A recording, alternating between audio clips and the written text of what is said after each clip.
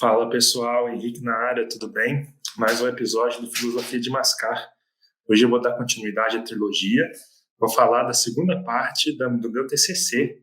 A gente vai abordar Nietzsche, Genealogia da Moral. Nietzsche faz uma crítica à forma homem, ao homem ocidental, tá? A esse homem que é premido pelo ser, num mundo que é premido pelo vir a ser, né? Um homem que abraça o ser, num mundo que é premido pelo vir a ser. Então, tem um desajuste entre o homem e o mundo, né? O homem ocidental e o mundo. Mas antes, eu vou fazer uma homenagem a um aluno meu do segundo ano de eletrotécnica, aqui do IFE Sudeste MG, Campo Santo Dumont. Esse aluno se chama Madison Luiz. Eu estava dando uma aula de plantão e a gente começou a falar sobre filosofia e eu falei sobre um autor que eu li de história da filosofia, um italiano, e esse italiano entremeia os capítulos do livro com narrativas que são biográficas. E ele estava visitando em Roma um senhor já idoso. E esse senhor, depois do café, falou: vem no meu quarto que eu vou te mostrar o meu Deus, a divindade que eu cultuo. E aí ele seguiu o senhor. Quando chegou lá, ele acendeu a luz, o senhor acendeu a luz e tinha um quadro com uma cortininha. Ele tirou a cortininha do quadro e tinha pintado um ponto de interrogação. E ele falou: os pontos de interrogação incomodam, mas são os pontos de interrogação que movem o mundo, né? E os pontos de interrogação não são perigosos. Você nunca viu um regime extremista sendo comandado por um ponto de interrogação.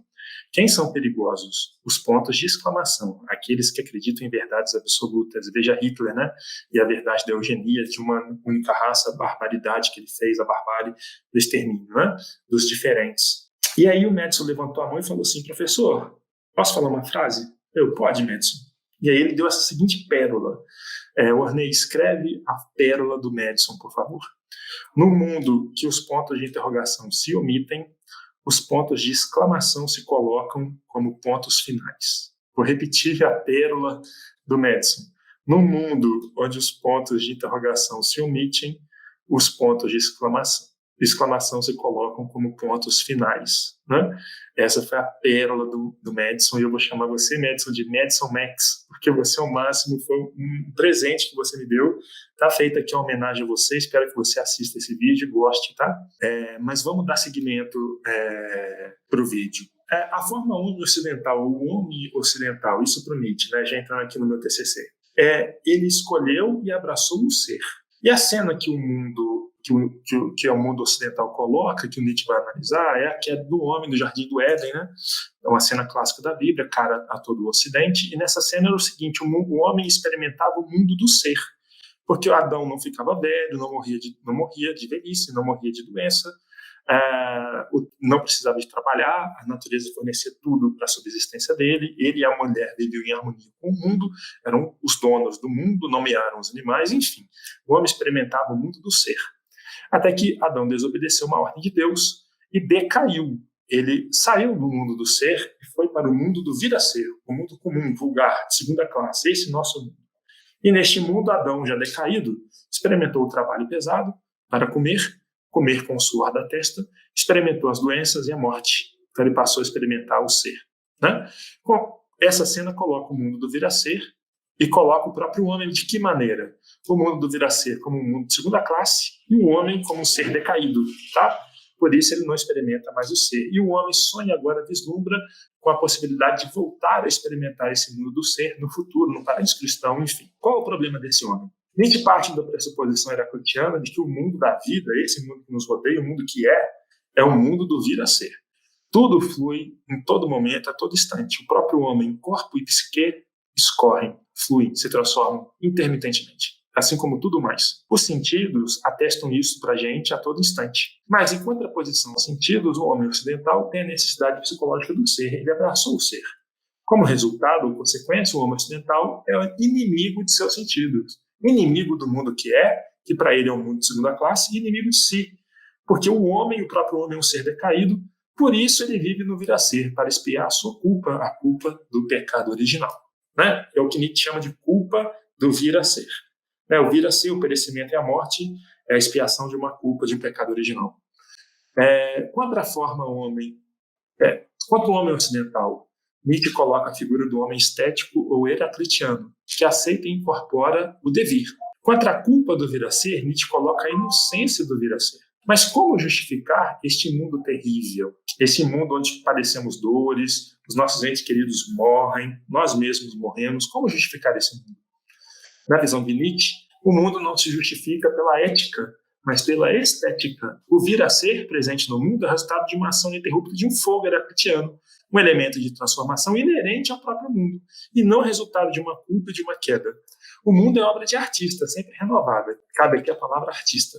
Ou uma brincadeira de criança. Cabe aqui a palavra criança. Essa criança não para de construir castelos na areia só para as ondas os derrubar. O mundo é um campo de jogo, onde jogam forças inocentes. Então, destaco as palavras campo de jogo e forças. Tá? A figura do artista e da criança são figuras de inocência.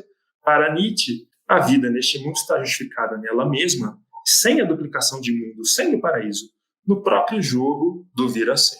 Para o homem ocidental, onde existe um jogo de criação e destruição inocente, há corrupção, decaimento, pecado original e culpa. E por que esse homem ocidental precisa trazer termos tão pesados a reboque?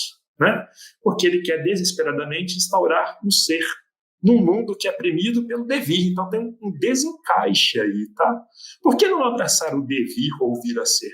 Nietzsche diz, falta ao homem ocidental coragem. Tá? E aí eu vou ler um texto do meu TCC que fala sobre isso, uma conversa entre o homem ocidental e o homem heraclitiano, as respostas que o homem heraclitiano dá para as perguntas deste. O homem ocidental, considerando a possibilidade do vir a ser, certamente inquiriria, perguntaria, então não existe paraíso e vida eterna? Não, responderia o homem heraclitiano. Então não reencontrarei meus entes queridos que perdi? Não. Então a narrativa moral do mundo é um erro? Sim. Então o sacrifício de Cristo na cruz foi em vão?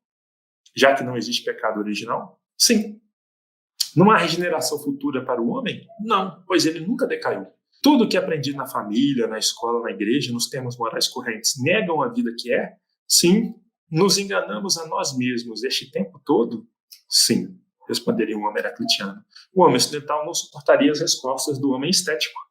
Ele precisa de uma ilusão, pois viver a vida no mundo da vida, no mundo que é premido pelo devir, é para ele, para o homem ocidental, impossível. O homem precisa de uma ilusão para viver, né?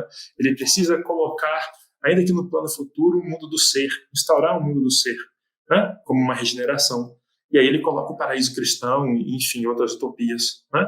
Mas Nietzsche nos adverte, viva no mundo que é, né? Você não é de segunda categoria e o mundo também não é de segunda, o mundo decaído, né? E você não é fruto nem do pecado original. Né? Isso é muito libertador, cara, muito libertador. Né? E toda transformação que existe não é vista como expiação de culpa, é visto como um jogo inocente de forças, e o mundo é um grande campo de jogo, onde jogam forças inocentes, mas forças de transformação. Era essa a contribuição que eu queria dar hoje. Espero que vocês tenham gostado. Se inscrevam no canal, compartilhem, ative o sininho para receber notificações de vídeos novos. E até semana que vem com o terceiro vídeo, né, que eu vou falar a terceira parte do meu TCC. A gente vai falar sobre Althusser, sobre Deleuze e a análise que ele faz do forte e do fraco. A análise que ele faz dos conceitos nietzschianos de forte e de fraco, né? Qual que é a moral do forte, qual que é a moral do senhor, e qual que é a moral do fraco, a moral do escravo. E a gente vai ver que a religião cristã é produto de uma moral dos fracos, né? De um ressentimento, de um poder, de um querer, uma vingança. Enquanto vocês na semana que vem, um abraço e a gente se fala.